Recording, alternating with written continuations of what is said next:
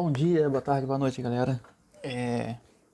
Estou aí gravando mais uma aula para vocês essa semana e espero que todo mundo esteja indo bem aí, levando de boa esse período conturbado. E é o seguinte, um aviso inicial que eu tenho que dar para vocês é o seguinte: eu tive que trocar meu computador, né? Aí eu tô gravando essa aula aqui, primeira tentativa que eu tenho de gravando essa aula nesse novo computador. Tô fazendo uma loucura aqui para conseguir pegar a imagem, porque o meu computador não tem câmera. Aí eu tô fazendo uma treta aqui com o meu telefone. Pode ser que de repente a minha imagem congele aqui no canto. Isso se ela já não tiver congelado, porque eu não consegui resolver esse problema. Mas vocês vão ficar com a minha cara congelada aí, minha cara feia congelada, até o final da aula, se a câmera de fato congelar. Se não congelar, vambora. Vocês vão ficar vendo a minha cara aí por essa aula toda. Então, sem enrolar mais, é o seguinte. Então, nessa semana eu vou começar a falar para vocês a dinâmica. Eu vou entrar na dinâmica. Então, até então a gente estava estudando a cinemática, né? E na cinemática a gente estudava o movimento, né? Como é que o movimento acontecia. Eu jogava um corpo, a gente conseguia ver como é que o movimento do corpo iria acontecer após esse lançamento, por exemplo. Só que a gente nunca se preocupou em por que aquele movimento começou, o que causou aquele movimento. Então, na dinâmica, a gente vai estudar essas causas do movimento. A gente não vai ficar estudando a trajetória que o corpo vai seguir, a gente não vai estudar nada disso. A gente vai ver como que o movimento começa. A gente vai estudar a causa que dá origem a esse movimento. Aí, como o movimento vai acontecer, né? A gente já estudou na cinemática até então. Então, eu vou dividir em duas partes. Tá? A primeira parte eu vou introduzir esse assunto da dinâmica. A segunda parte eu vou falar sobre as leis de Newton. Mas, enfim, o que é a dinâmica? Né? Eu já dei uma leve, um leve spoiler da coisa, né? Então, a dinâmica, ela vai estudar as causas do movimento, o que produz o movimento, o que pode modificar, pode alterar esse movimento. Não só produzir o movimento, mas alterar o movimento no meio da trajetória dele, tá? Então, isso é o que a gente vai estudar na dinâmica. A gente fica estudando essas causas aí. O que faz o movimento acontecer? Por que se eu pegar isso aqui, por exemplo, e fazer assim, por que esse negócio vai sair voando? Então, eu vou ficar estudando por que ele vai sair voando. Então, isso a gente estuda na dinâmica. Então, o primeiro conceito é o seguinte. Pega esse negócio aqui. Quando eu jogo ele, o que eu estou fazendo? Eu estou fazendo uma força para esse cara ser jogado. Então, essa força é o que está fazendo com que esse trambolho comece a andar. Então, é basicamente eu pensar assim. A força, ela é um agente que causa essa variação de velocidade do corpo. Por exemplo, isso aqui está parado. Então, eu não vou jogar ele, tá? Eu vou empurrar ele. Caiu. Então, eu vi que o negócio caiu. Mas por que ele caiu? Ele estava parado antes. Por que ele caiu? Porque eu fiz uma força nele. E a partir do momento que eu fiz uma força nele, eu alterei a velocidade dele. Então, eu variei a velocidade dele. Então, por conta da minha força, ele adquiriu uma velocidade. E se ele adquiriu uma velocidade, ele começou a andar. Então, essa minha força foi foi o agente responsável por essa variação de velocidade. Então, isso deu origem ao movimento desse frasco aqui.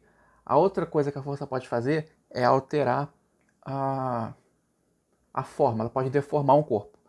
Eu não sei se minha câmera já congelou, né? Mas estou supondo que ela não congelou, porque eu não consigo ver a câmera quando eu estou gravando.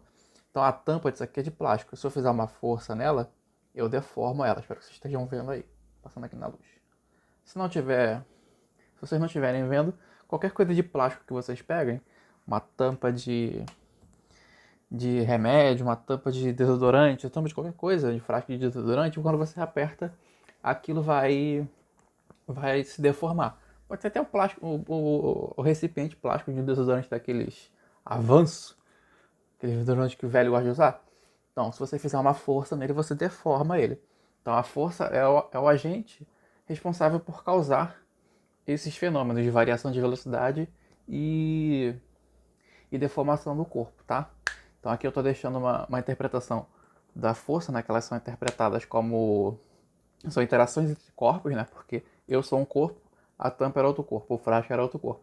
Então a força foi uma interação entre esses dois corpos, eu e o frasco. Então forças são interações entre corpos, causando variação no seu estado de movimento, né? Ou uma deformação. O estado de movimento é parado ou em movimento mesmo. Só que dentro da força podem acontecer várias forças. Se eu pegar a tampa de novo e pensando que meu... Não, vou considerar que minha câmera congelou, tá? Eu posso ter um corpo que ele esteja recebendo várias forças ao mesmo tempo, tá? E essas várias forças atuando sobre esse corpo, elas juntas, elas podem ser reduzidas, elas podem ser consideradas como uma única força, onde essa única força é a chamada força resultante, que seria o quê? Seria o somatório de todas essas forças que estão atuando sobre um corpo. Eu posso pensar assim, um exemplo que eu vou dar mais à frente. Um cabo de guerra. Várias pessoas puxando a corda de um lado, várias pessoas puxando a corda do outro lado. Então, para cada um desses lados eu tenho várias forças diferentes.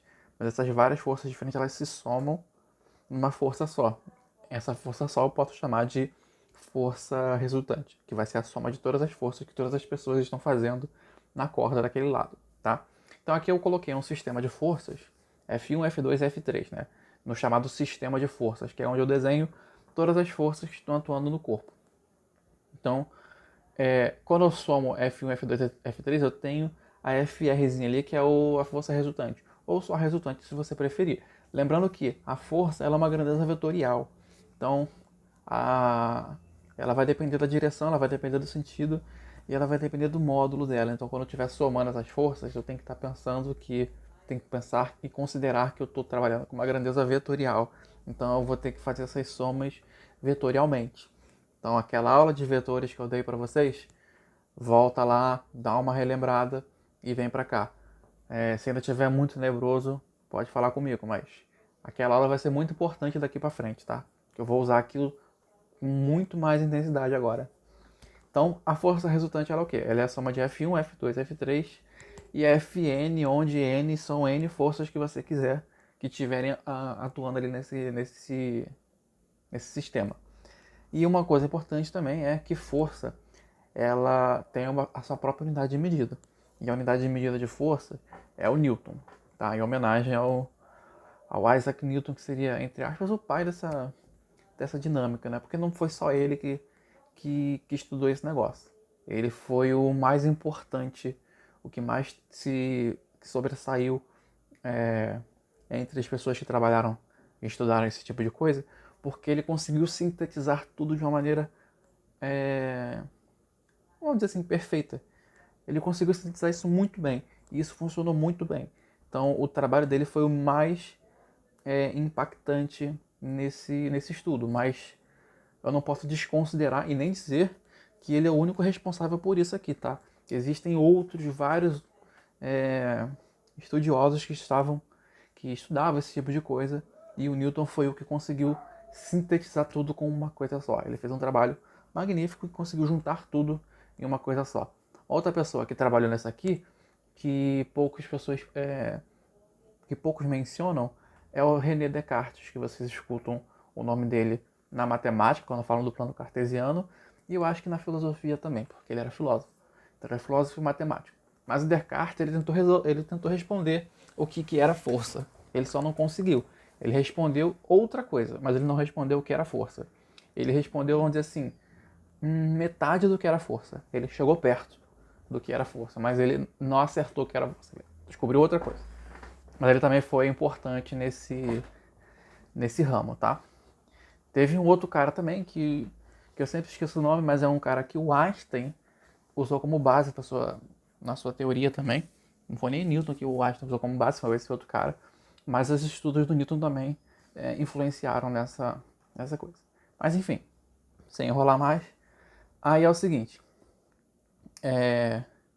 Se eu tiver várias forças atuando sobre um corpo, eu somar essas forças, e essas forças derem nula, né? Essa soma for nula, somando todas as forças eu vou ter zero como resultado, eu tenho o que eu posso dizer que nessa situação o corpo está em equilíbrio. E quando o corpo está em equilíbrio, eu tenho duas situações possíveis. Eu aqui agora, sentado na minha cadeira, eu estou em equilíbrio. O que significa isso?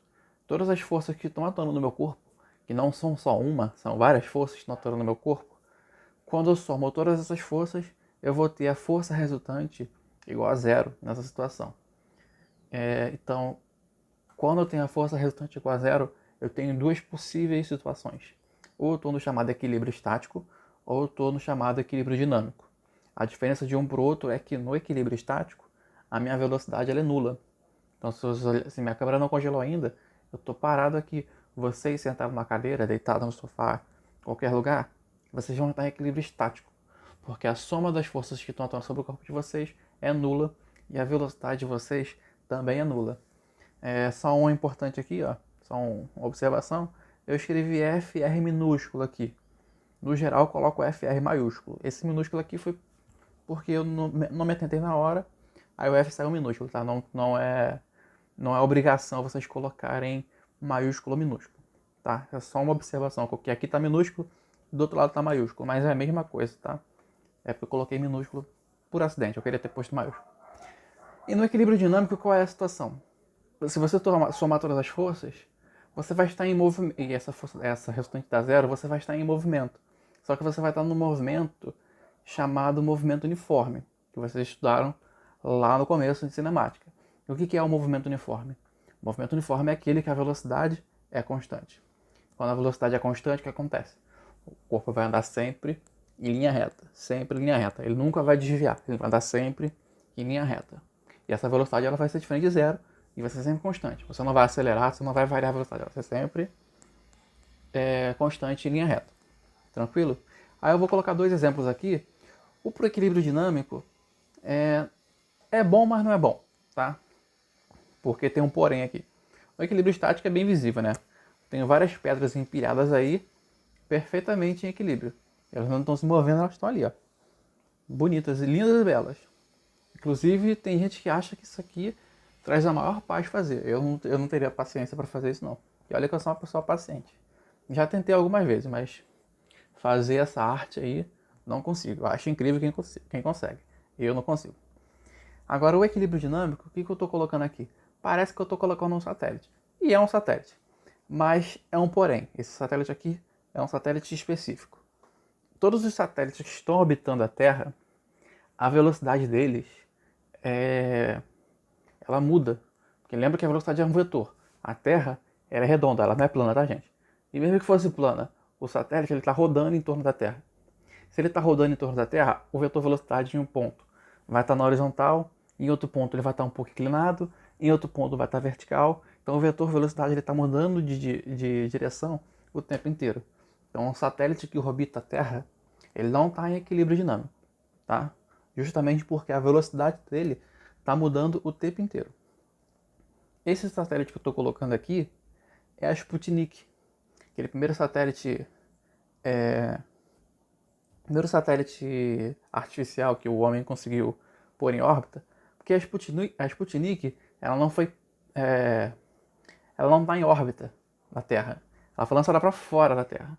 Então, quando ela saiu da Terra, quando ela saiu da atuação do campo gravitacional da Terra, ela não tem mais uma força que esteja atuando sobre ela. A resultante sobre ela está sendo zero. Então ela está andando em linha reta eternamente no espaço. Beleza? Por isso que eu estou colocando a Sputnik aqui como exemplo.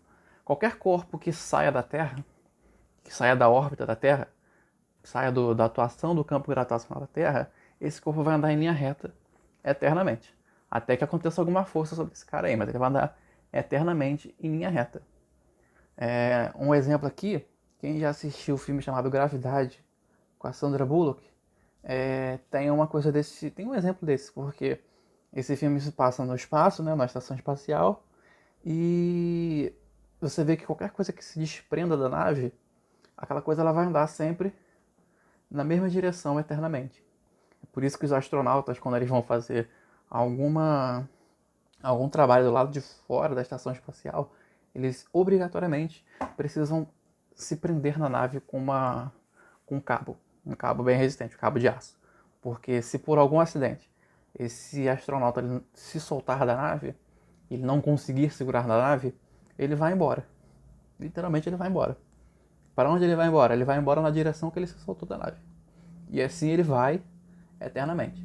Ele só vai conseguir se movimentar para outra direção se ele tiver alguma coisa que empurre ele, se ele tiver algum motor que faça com que ele ande no espaço. Tipo um gásinho que consiga sair, alguma coisa a gás que joga ele para um lado, enfim. Ele precisa de alguma coisa para fazer ele se movimentar no espaço. Ele sozinho não vai conseguir se movimentar. Vocês podem fazer um exemplo, mas não é perfeitamente igual, tá? Mas ele se aproxima bem. Imagina vocês, se vocês tiverem uma cadeira giratória em casa, tentar girar a cadeira sem tocar em nada. Bota os seus pés para cima da cadeira e tenta rodar a cadeira. Vocês não vão conseguir rodar a cadeira direito. É mais ou menos essa sensação que vocês vão ter no espaço, tá? Mas aqui na Terra a cadeira acaba até que girando porque o ar ele dá uma influenciada e outras coisas também. Mas vocês percebem que não dá pra você girar a cadeira. Você tenta girar para um lado, ela vai pro outro. É uma loucura. Beleza? Aí aqui eu vou estar encerrando a primeira parte. E a segunda parte eu vou começar no próximo vídeo, tá?